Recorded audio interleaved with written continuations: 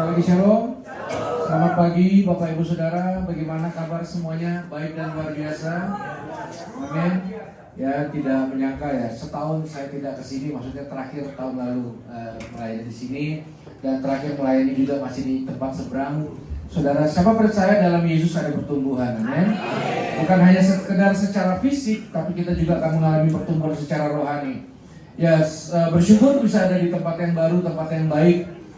Tuhan menganugerahkan kita untuk bisa menerima apapun yang dari Tuhan. Amin. Ya, jadi saudara, syukuri kalau kita memiliki Tuhan yang menambahkan sesuatu dan memberikan sesuatu dalam kehidupan setiap kita.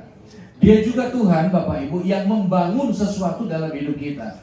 Jadi kalau kita dengar firman, sebenarnya kita sedang menerima sesuatu yang sedang dibangun oleh Tuhan dalam hidup kita. Sebenarnya Bapak Ibu, kita tuh gak bisa bangun apapun dalam hidup ini kalau kita tidak sadar apa yang sedang Tuhan bangun dalam hidup kita. Makanya kita perlu duduk dengar firman Tuhan. Kalau bisa jangan cuma hari Minggu, karena yang dibangun itu besar, maka yang didengar juga harus besar. Kalau yang dibangun itu banyak, berarti yang didengar juga harus banyak. Yang setuju katakan amin. Kemampuan kita menerima itu menentukan kemampuan kita membangun sesuatu dalam hidup kita. Makanya orang bisa mendengar hal yang sama dalam 30 menit, tapi orang bisa memiliki kemampuan membangun yang berbeda dari apa yang dia dengar. Makanya saya berdoa 2025 Bapak Ibu, bangunlah kemampuan untuk mendengar dengan baik. Apa yang kita dengar hari ini menjadi penentu, bukan yang terjadi dalam hidup kita, tapi apa yang kita dengar hari-hari ini. Makanya Alkitab berkata, siapa bertelinga, hendaklah dia mendengar. Amin, saudara. Alkitab juga berkata, iman timbul dari pendengaran akan firman Kristus. Nah, saudara, kenapa kita perlu mendengar firman Kristus untuk membangun sesuatu dalam hidup kita? Karena gini, saudara, saya butuh sedikit konsentrasi Bapak Ibu. Apapun yang kita bangun, saya ulangi, apapun yang kita bangun mengandung konsekuensi atau resiko, itu bisa rusak. Jadi kalau saudara bangun sesuatu, itu tidak anti rusak. Saudara bangun pernikahan, itu bisa rusak. Saudara bangun bisnis, itu bisa rusak. Saudara bangun pelayanan, bangun pendidikan, bangun apapun, semua yang terbangun berpotensi rusak. Jadi nggak ada yang anti rusak. 2025, Tuhan membangun banyak hal dalam hidup kita, tapi kita butuh dengar firman Tuhan supaya yang terbangun itu bukan bangunan yang suatu saat rusak. Kita bangun sesuatu bukan untuk bubar. Kita bangun sesuatu bukan untuk pada akhirnya dibenarkan lagi, saudara. Makanya pada akhirnya apa yang kita bangun, kita harus tahu hati dan kehendak Tuhan di dalamnya. Yang setuju katakan amin. Baik, mari kita buka satu bagian firman Tuhan, Mazmur 133 ayat yang pertama sampai ayat yang ketiga. Jadi kita gak bisa bangun sesuatu yang dari Tuhan tanpa Tuhan. Ya? Mazmur 133 ayat 1 sampai 3. Saya mau ajak Bapak Ibu sama-sama kita membacanya pada hitungan yang ketiga. Semua siap? 2, 3. Sungguh alangkah baiknya dan indahnya apabila saudara-saudara hilang bersama dengan rukun, seperti minyak yang baik di atas kepala, meleleh di rambut, yang meleleh di rambut, dan meleleh di badan, seperti embun gunung Hermon yang turun ke gunung Sion. Sebab kesanalah Tuhan memerintahkan berkat kehidupan untuk selama-lamanya. Tolong ditahan ayat yang ketiga. Saya ajak kita lihat dari bawah ke atas. Saudara, apa yang dijanjikan Tuhan? Saya percaya dan saya berdoa 2025 kita menerima janji Tuhan ini. Perhatikan baik-baik. Berkat kehidupan untuk selama-lamanya. Saudara, jarang sekali ada objek berkat yang disertai dengan keterangan lengkap di belakangnya. Ini bukan cuma berkat. Di dalam berkat ini tidak ada kematian, tidak ada penderitaan, tidak ada perselisihan, Tidak ada kebingungan dan kekhawatiran. Kan? Lalu sampai kapan? Firman-Nya berjanji selama-lamanya. Saudara, pada akhirnya ini bukan menjadi pilihan, tapi sebuah kebutuhan. Ya saudara ya. Baru kita lihat lagi ke atasnya. Seperti embun gunung Hermon yang turun ke atas gunung-gunung Sion. Saudara, gunung Hermon itu letaknya dekat sekali dengan Libanon. Gunung Sion itu jauh, sangat jauh. Seperti Jakarta ke Bandung. Saudara, embun di puncak pas, bisa nyampe gak ke Tanjung Priuk? Nggak bisa. Terlalu jauh, itu nggak mungkin. Betul saudara? Kabut, embun dari Cipanas mengalir sampai ujung-ujung Cakung, nggak mungkin.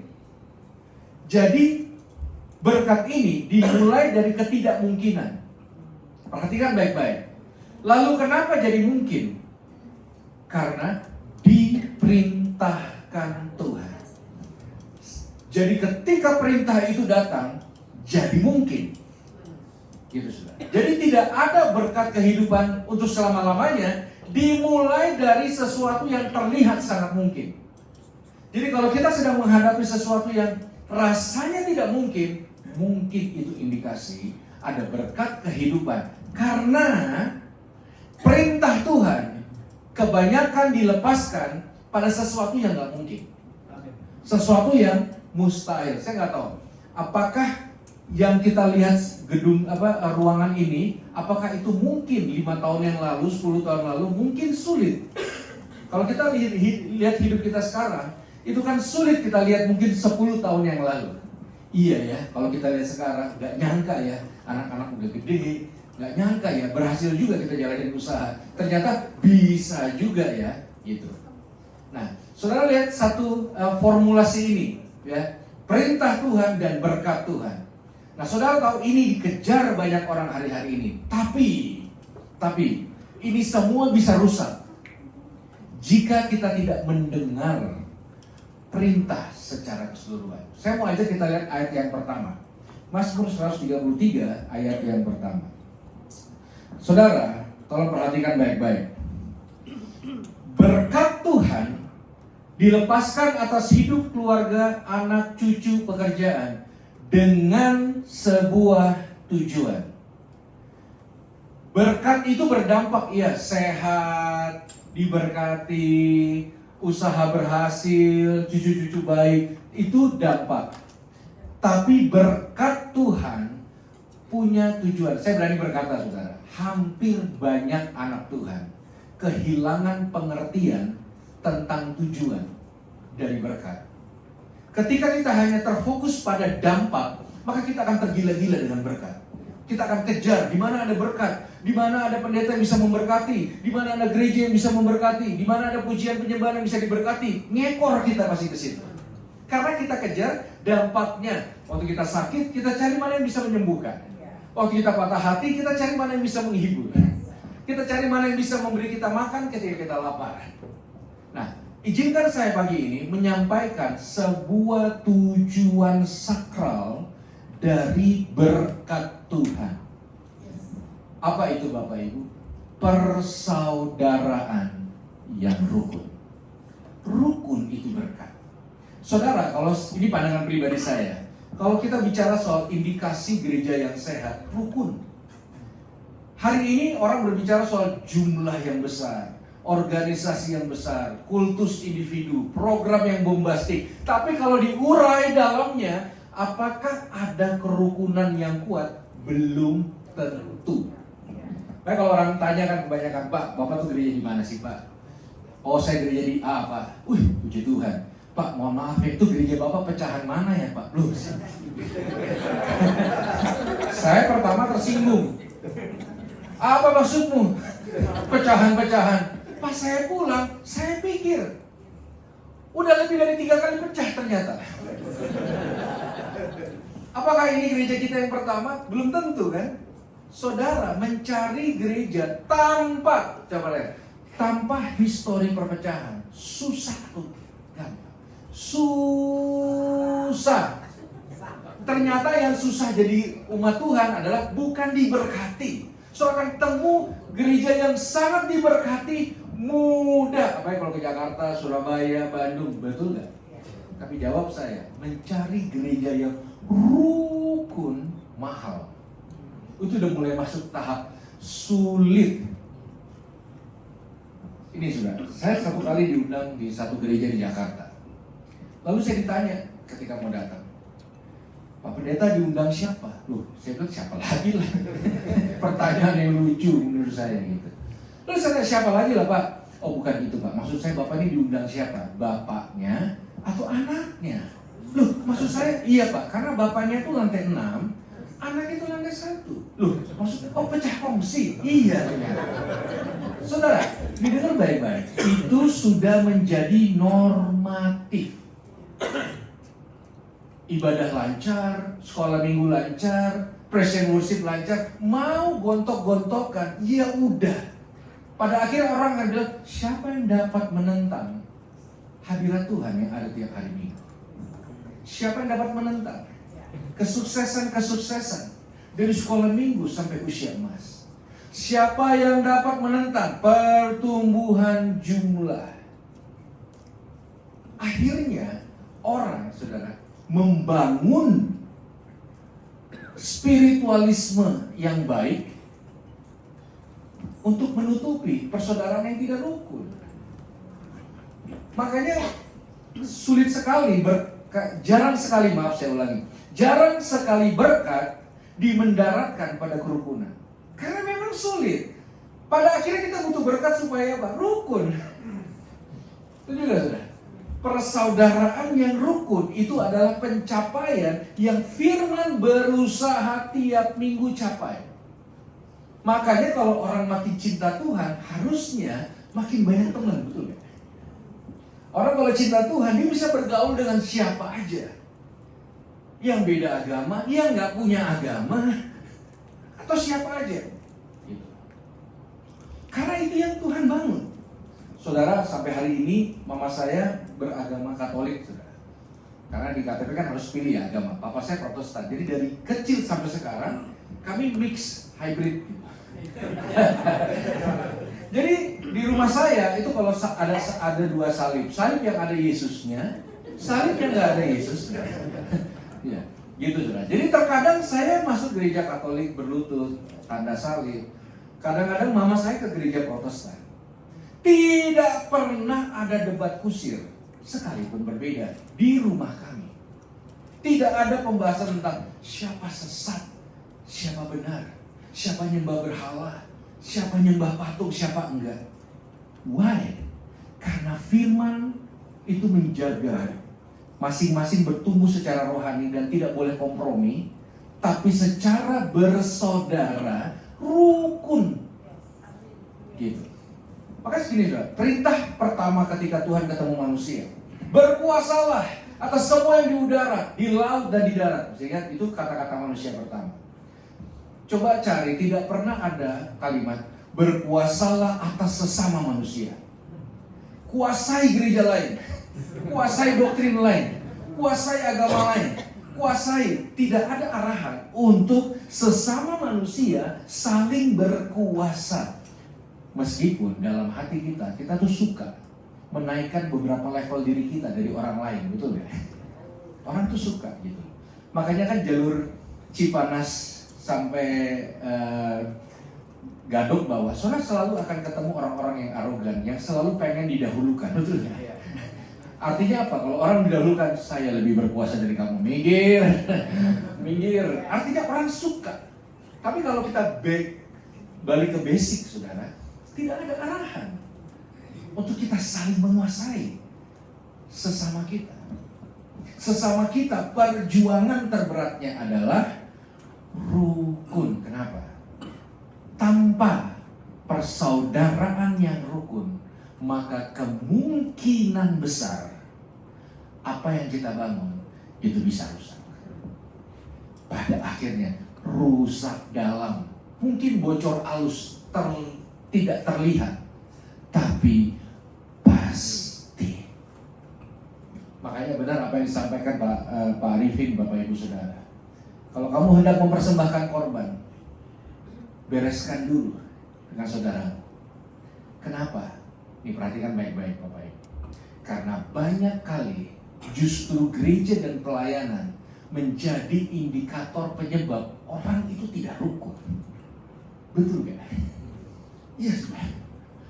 Terkadang kita melihat itu bisa menjadi sebuah kemungkinan. Makanya di Firman selalu mengembalikan ke terminal yang sehat. Dikembalikan bahwa source-nya adalah kasih. Makanya di dalam 1 Korintus 13 dibilang gini, kamu punya iman untuk memindahkan gunung. Itu pernah terjadi di Mesir. Gunung pindah sekian kilometer, didoain. Tapi dilanjutkan, gak ada artinya. Kamu gak punya kasih. Kamu bisa berbagai bahasa malaikat, bahasa roh, bahasa semua. Tapi kalau kamu gak bisa bahasa kasih, pada akhirnya gak ada faedahnya. Itu akan jadi sebuah pertempuran tanpa ujung. Saudara, mungkin puluhan tahun sebelum kita beribadah, atmosfer itu sudah terbangun, betul gak? Antara church dan para church, antara karismatik dan Pentakosta dan Injili, betul gak saudara? Dari level yang paling rendah sampai paling tinggi. Perihal masalah baptisan, tepuk tangan, orang bisa gak ngomongan bertahun-tahun. Maksud saya gini, secara inklusif, peganglah kebenaran tanpa kompromi. Yang setuju katakan amin. Itu adalah kebenaran mutlak, tegak, aman. Itulah identitas kita. Kalau saudara melihat sebuah kebenaran, peganglah sekuat tenaga. Jangan biarkan orang geser itu. Tapi urusan inklusif, sesama, sepupu, istri, anak, dan sebagainya, Alkitab selalu mendorong kita rukun. Makanya Bapak Ibu, berkat tidak pernah hanya bicara soal seorang diri. Berkat selalu berbicara buat orang banyak. 5 roti 2 ikan, mujizat di Kana. Gak pernah ada berkat hanya dikhususkan. Ini berkat masing-masing diberikan di tempat duduk masing-masing. Berkat setelah diberikan buat kita itu berhubungan dengan banyak orang. Karena berkat bukan hanya berhubungan dengan rasa happy, tapi rukun bersama. Yang setuju katakan amin. Baik, makanya yang paling sulit adalah saudara, bagaimana menerjemahkan berkat sehat, kuat, berhasil dalam kehidupan kita sehari-hari bersama Yesus, saudara. Kita lihat Yohanes 13 ayat 35. Yohanes 13 ayat 35. Baik, kita baca sama-sama sekali lagi, semua siap? Hitungan ketiga, 2, 3. Semua orang akan tahu bahwa kamu adalah murid-muridku, yaitu jika kamu saling mengasihi. Jadi saudara, fenomena seseorang itu saling mengasihi, sekalipun itu tidak mudah, tidak gampang, saudara, sekalipun itu dengan sebuah perbedaan yang signifikan, tapi ujungnya itu akan jadi panorama atau lukisan indah, sehingga orang akan tahu siapa Tuhan, siapa murid-muridnya. Jadi ada potensi orang tahu, tapi ada juga potensi orang jadi nggak tahu. Nah, apa yang membuat jadi orang tahu, apa yang membuat jadi orang tidak tahu adalah ketika kamu, ini kata kunci saudara, bukan cuma mengasihi, saling. Makanya gereja adalah tempat kita bertumbuh, ya setuju katakan amin. Dan salah satu kata cantik dan indah dalam sebuah pertumbuhan adalah saling. Kalau hari ini saudara diberkati, satu saat saudara memberkati. Petrus cari Yesus, Yesus juga cari Petrus. Hubungan tidak akan pernah berhasil kalau tidak ada kata saling. Saudara, komunitas mesianik, komsel, date atau apapun, itu akan rusak kalau semua di dalamnya hanya membutuhkan perhatian, doa dan kebutuhan. Percaya saya, rusak. 10 orang berkumpul, 10 orang sakit hati. Tolong, saya sakit hati. Emang cuma kamu? Saya juga. Saya punya masalah dengan keluarga saya juga. Lalu gimana? 10 orang yang cuma minta tolong tidak akan membuat komunitas itu bertumbuh. Makanya harus ada kata saling. Ketika saya mendengarkan, satu saat kamu mendengarkan. Ketika saya mencari, satu saat kamu mencari. Ketika saya memberikan perhatian, satu saat kamu berikan perhatian. Atmosfer saling itu yang membangun sebuah pertumbuhan.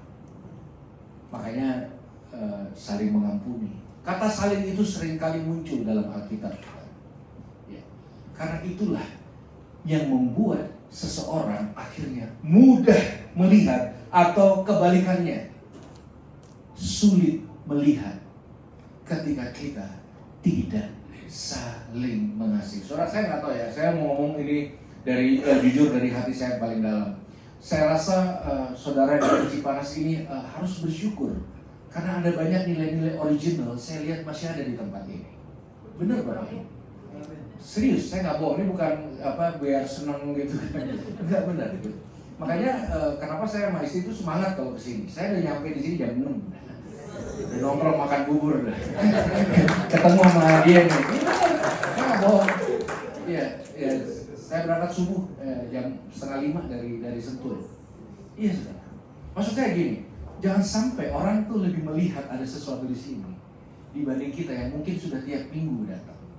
Maksudnya kalau saudara di sini ada banyak hal yang saya mungkin bisa jelaskan, ada hal yang juga saya sulit jelaskan, gitu. Tapi ada banyak hal-hal yang sifatnya original, gitu. Yang mungkin saudara akan sulit dapatkan itu kalau saudara ke kota-kota besar. Saya nggak berkata kota-kota besar itu pasti begini dan begitu, tapi percayalah makin sulit untuk menemukan sebuah originalitas, saudara. Sehingga kita bisa melihat apa yang Tuhan bangun benar-benar terbangun dengan rapi dan baik, dan bukan hanya membawa sesuatu buat diri kita sendiri, tapi juga berdampak pada orang-orang yang ada di sekitar kita. Yang setuju katakan amin. Ya. Pada akhirnya kita memegang yang paling penting, yaitu isi hati Tuhan itu sendiri bagi setiap kita. Saudara bayangkan, tanpa tuntunan kita bingung mau bangun apa. Meskipun kita datang ke gereja tiap minggu, murid-murid Yesus, saudara, hampir tiap hari bersama Yesus. Satu kali mereka naik perahu, lalu datang badai. Saudara, apa yang terjadi? Yesus tidur, murid-murid bangun panik. Pernah dengar betul cerita itu? Yes. Jadi murid-murid panik, padahal sebagian besar melayani semua. Yesus tidur.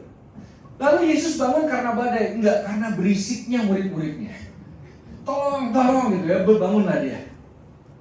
Dah, di situ Yesus mengajarkan bahwasanya badai terkadang adalah waktu yang tepat untuk tidur. Memang sulit gitu. Saya aja kadang masih sulit tidur cepat tuh. Saudara ya, kan banyak laki-laki duduk tenang, pikiran perang, betul ya?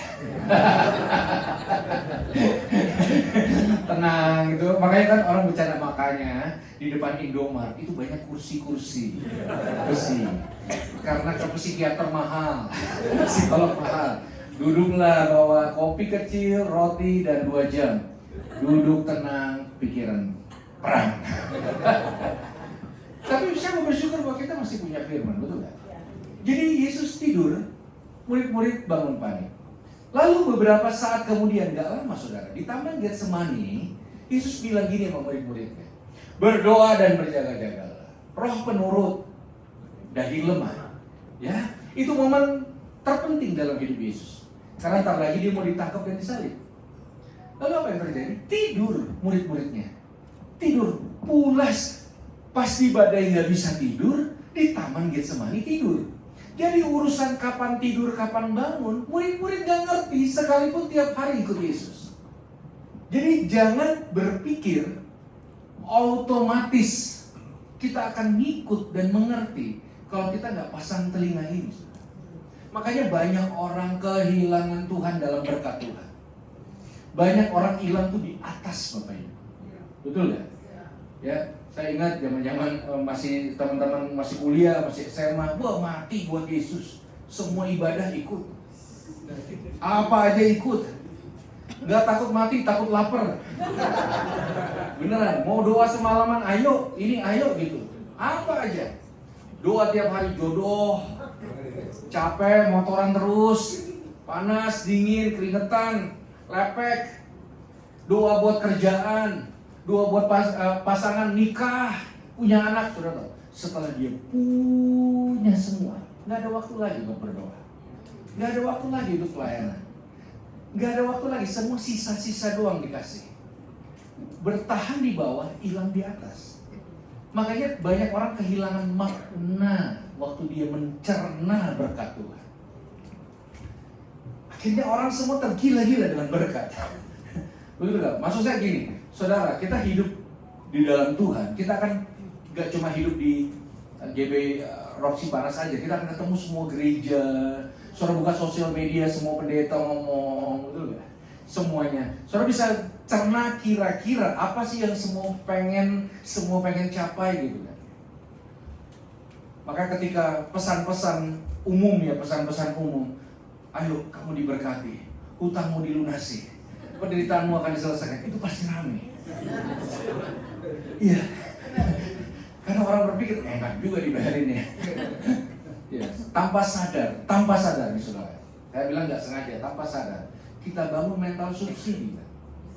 Begitu, enak juga ikut Tuhan, banyak subsidinya. Gitu. Tapi saudara, inti dari semua berkat yang Dia berikan dalam hidup kita, rukun dan bersaudara. Makanya gini, bertumbuh itu bersama. Tidak ada orang bertumbuh sendirian, tapi bersama, tidak harus dengan yang sama. Ini cikal bakal sebuah perpecahan, saudara. Apa itu? Hanya memutuskan hidup dalam pengelompokan aja. Itu makanya disampaikan oleh Paulus di kota Korintus. Kamu tuh kekanak-kanakan karena kamu hidup dalam pengelompokan. Kelompok Apolos, kelompok Yesus, kelompok Paulus. Cross kelompok susah. Makanya saudara, biasanya sesuatu tuh terlihat ketika bubaran, betul nggak? Bubaran gereja adalah momentum kita berbaur bersama. Setuju nggak Bapak Ibu? Ya, kita mulai belajar. Semakin berbeda, semakin bisa buat kita bertumbuh. Nah, makanya siapa percaya dengan saya bahwasanya akhirnya pembelajaran utamanya itu ada di rumah, saudara. Makanya ada banyak orang baik banget di luar rumah, sopan banget di luar rumah, tapi galak banget pas di rumah. Makanya orang rumah bisa kaget dan bingung, loh kok bisa ya? Dan makanya banyak orang, saudara, banyak orang tuh, apalagi anak-anak muda sekarang ini, mulai malas datang ke gereja karena fenomena ini. Loh kok beda ya? Di rumah sama di gereja gitu. Loh kok bisa beda ya? Ya saya mengerti, terkadang kita membangun sebuah personality. Ya namanya kan, misalnya gini saudara, kalau berkata ada sukacita, masih kita bilang nggak ada, gitu. Ya pasti ngomong ya ada lah, sekalipun kita lagi kesel, tagihan lagi banyak, ada, ya kan. Katakan pada orang gini, kamu diberkati ya, meskipun kita lagi malas ngomong, malas lihat orang, kebetulan orang yang malas ada di sebelah, ya ngomong lah kita terpaksa. Kamu pasti diberkati ya, itu kan. Tapi adalah baik, kita tuh terus dibangun sebuah kemampuan itu. Itu juga saudara, sehingga kita tahu tahun 2025 kita menikmati berkat-berkat Tuhan dan rukun. Perihal orang yang tidak mau rukun dengan kita, siapa bisa ini ya, siapa bisa memaksa gitu, siapa bisa memaksa. Tapi pada akhirnya saya percaya semua kita akan dipercayakan sebuah kemampuan. Maka ini saudara, saya mau tutup dengan ini. 2025 saudara, tahun di mana kita diberkati Tuhan, tahun juga di mana kita harus belajar bahwasanya pesan utama dari firman itu bukan berkat, tapi salib Bapak Ibu.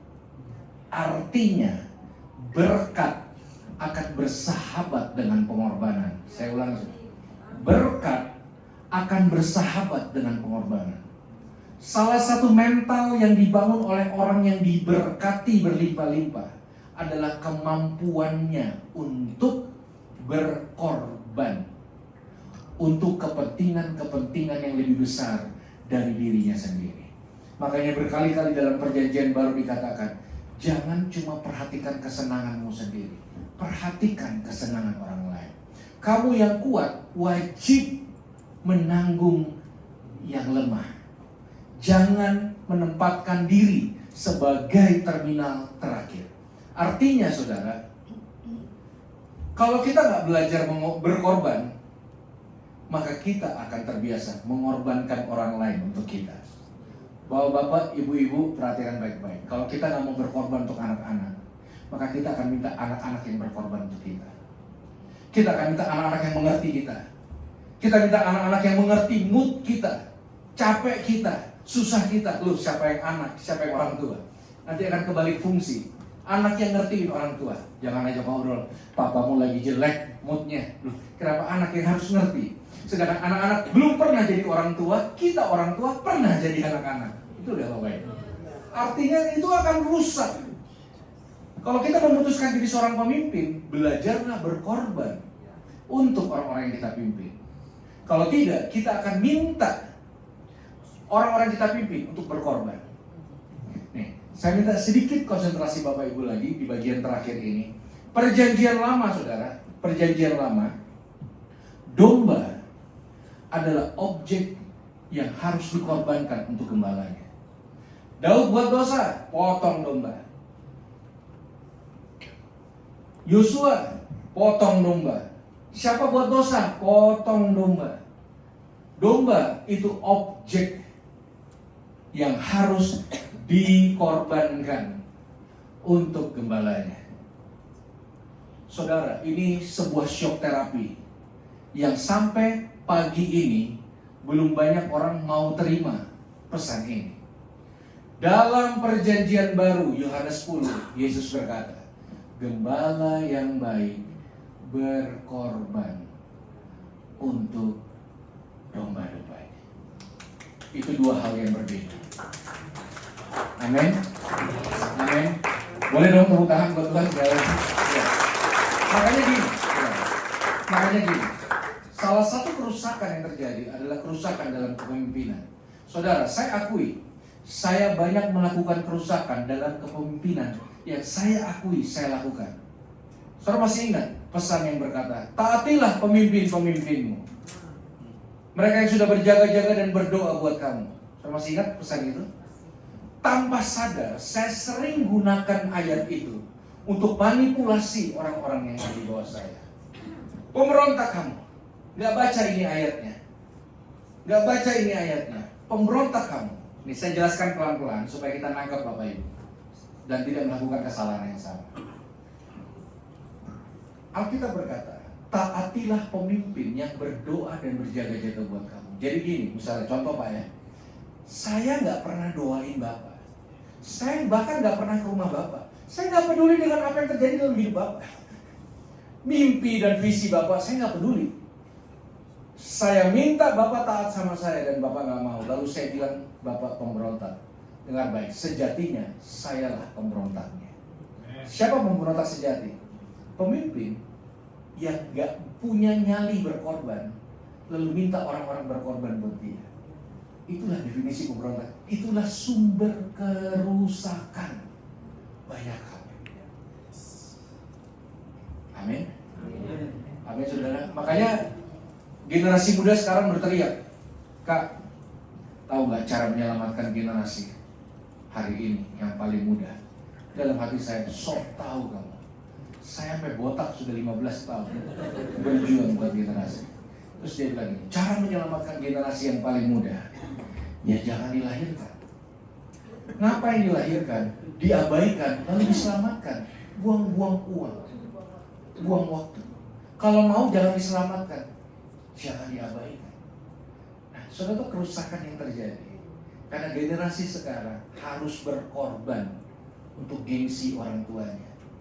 untuk kesakralan marga mereka, untuk nama baik semuanya.